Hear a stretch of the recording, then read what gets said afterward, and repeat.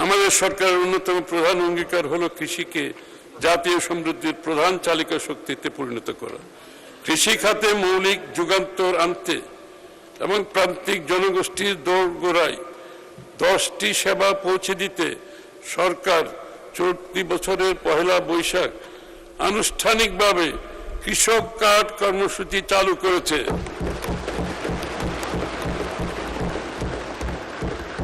আগামী 26-27 অর্থ বছরে 100 উপজেলায় 42.5 লক্ষ কৃষককে কৃষক কার্ড প্রদান করা হবে এবং দেশের সকল কৃষককে পর্যায়ক্রমে কৃষক কার্ড প্রদান করার পরিকল্পনা রয়েছে।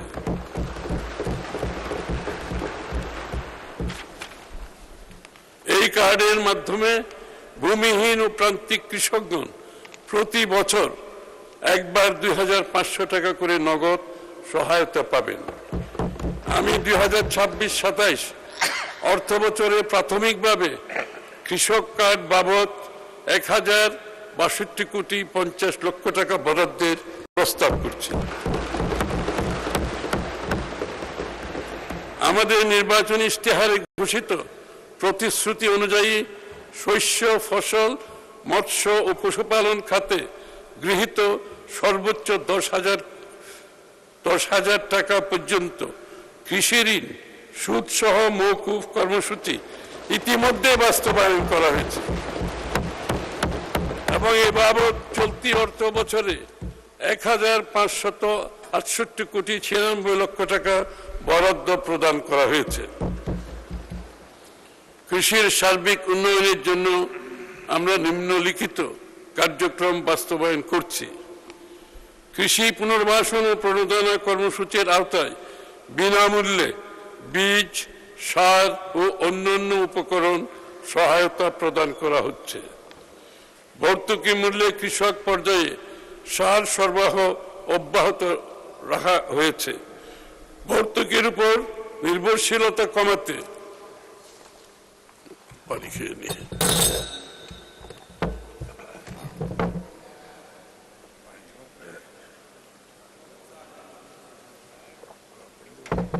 ঠিক আছে। ভর্তুকির উপর নির্ভরশীলতা কমাতে সাশ্রয়ী উৎপাদন নিশ্চিতে কৃষিকে যান্ত্রিকীকরণ কর্মসূচি জোরদার করা হচ্ছে। আমাদের অনেক সময় শ্রমিকের অভাব থাকে, এজন্য কৃষিকে আরো সামনের দিকে এগিয়ে নিয়ে যাওয়ার জন্য যান্ত্রিকীকরণ প্রয়োজনীয়তা দেখা দিয়েছে। কৃষি পণ্যের বহুমুখীকরণ কার্যক্রম জোরদার করা হয়েছে। পচনশীল পণ্যের জন্য কোল্ড স্টোরেজ ও কোল্ড চেইন ব্যবস্থা সম্প্রসারণ করা হচ্ছে। আমাদের অনেক পচনশীল খাদ্যশস্য নষ্ট হয়ে যায়, এই জন্য এই ব্যবস্থা নেওয়া হচ্ছে। মাননীয় স্পিকার, আম চাষিদের জন্য বরেন্দ্র অঞ্চলে বিশেষ হিমাগার স্থাপন করা হচ্ছে। কৃষি উপকরণ বিতরণ, কৃষি পুনর্বাসন ও প্রণোদনা কার্যক্রম সুচারুরূপে সম্পাদনের লক্ষ্যে কৃষক ডাটাবেজ তৈরির উদ্যোগ গ্রহণ করা হয়েছে। ডাটাবেজের মাধ্যমে সার্ভিস ডেলিভারিটা মাননীয় স্পিকার অনেক সহজ হবে। ইতিপূর্বে বিএনপি সরকার কর্তৃক প্রবর্তিত স্বেচ্ছাশ্রমে খাল খনন কর্মসূচি বাংলাদেশের একটি সফল সামাজিক আন্দোলনের নাম, যা মাননীয় প্রধানমন্ত্রী তারেক রহমান পুনরায় চালু করেছেন। এই কর্মসূচির আওতায় সংশ্লিষ্ট অন্যান্য মন্ত্রণালয়ের পাশাপাশি কৃষি মন্ত্রণালয় ব্যাপক উদ্যোগ গ্রহণ করেছে। খাদ্য নিরাপত্তা, মাননীয় স্পিকার, বাংলাদেশ পৃথিবীর অন্যতম জনবহুল দেশ। এই বিশাল জনগোষ্ঠীর খাদ্য নিরাপত্তা নিশ্চিত করা অত্যন্ত কঠিন কাজ হলেও আমাদের সরকার এই বিষয়ে অঙ্গীকারাবদ্ধ। এই লক্ষ্যে সরকারি পর্যায়ে খাদ্যশস্য ধারণ ক্ষমতা বর্তমান 23.16 লক্ষ মেট্রিক টন হতে বৃদ্ধি করে আগামী ২৬-২৭ অর্থ বছরে 24,50,000 লক্ষ মেট্রিক টনে উন্নীতকরণের উদ্যোগ গ্রহণ করা হয়েছে।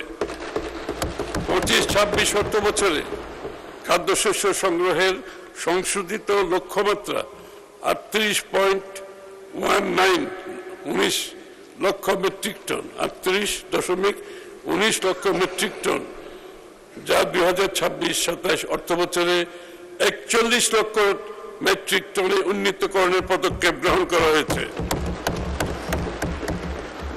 খাদ্য বান্ধব কর্মসূচির মাধ্যমে 55 লক্ষ উপকারভোগী পরিবারকে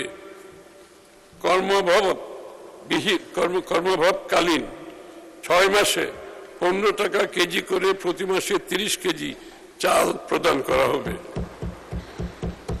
সারা দেশে 1000-এর বেশি বিক্রয় কেন্দ্রের মাধ্যমে ভর্তুকি মূল্যে চাল ও আটা সরবরাহ রাখা হয়েছে।